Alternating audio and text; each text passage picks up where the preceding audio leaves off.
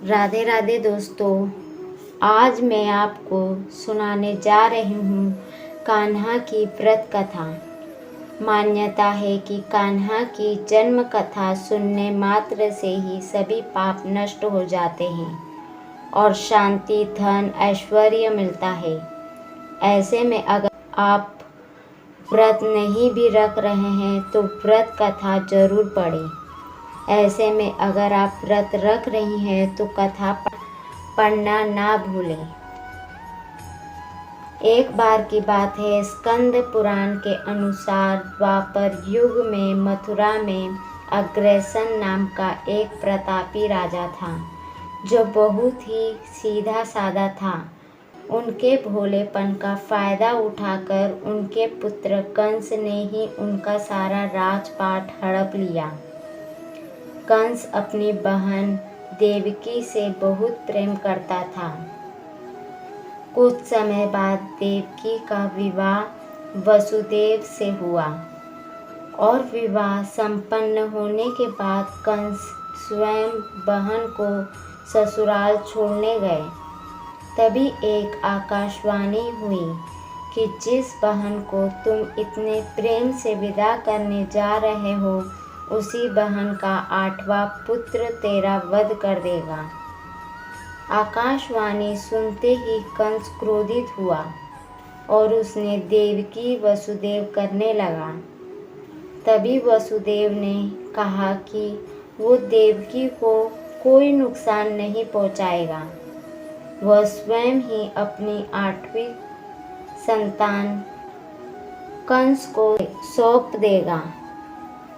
वसुदेव की बात सुन कंस ने दोनों को कारागार में डाल दिया। तब कारागार में जन्मे श्री कृष्ण। कंस ने देवकी की 7 संतानों को जन्म के समय ही वध कर दिया। इसके बाद देवकी ने भाद्रपद माह के कृष्ण पक्ष की अष्टमी को रोहिणी नक्षत्र में कान्हा को जन्म दिया।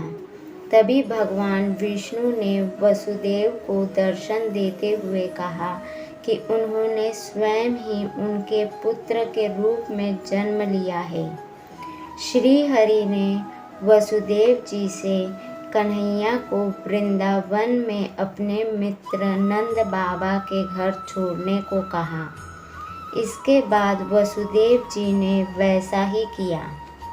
वसुदेव जी ने जैसे ही कान्हा को गोद में उठाया, कारागार के ताले खुद ब खुद खुल गए। तब वसुदेव जी ने कान्हा को टोकरी में रखकर वृंदावन की ओर गए। कहा जाता है कि उस दौरान यमुना जी अपने पूरे उफान पर थी। फिर वसुदेव जी ने नन्हे कान्हा की टोकरी को सिर पर रखकर यमुना नदी को पार किया और नंद बाबा के गांव पहुँचे थे।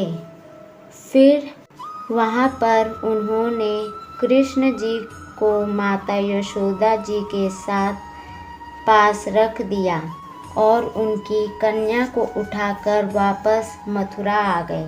स्कंद पुराण के अनुसार देवकी माँ के 8वीं संतान को जन्म देने के बाद कंस कारागार में पहुंचा।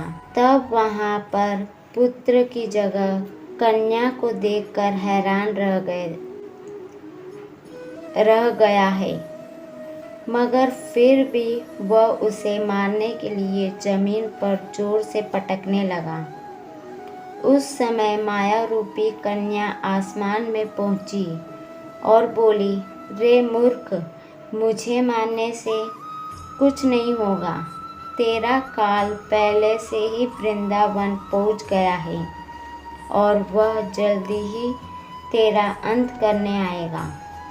यह सुनकर कंस ने तब वृंदावन में जन्मे सभी नवजातों का पता लगाना शुरू कर दिया।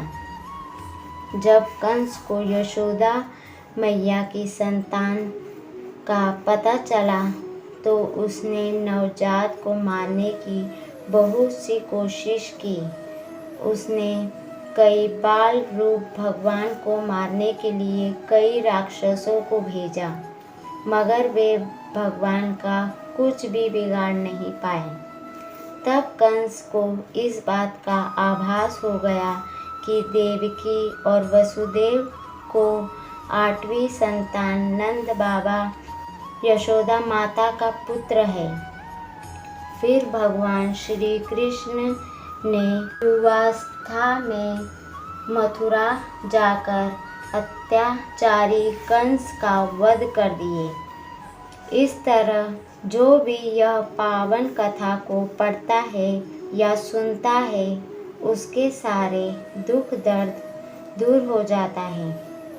भगवान श्री कृष्ण की कृपा से व्रती व पूजा करने के जीवन में सुख, समृद्धि व खुशहाली का वास होता है। राधे राधे।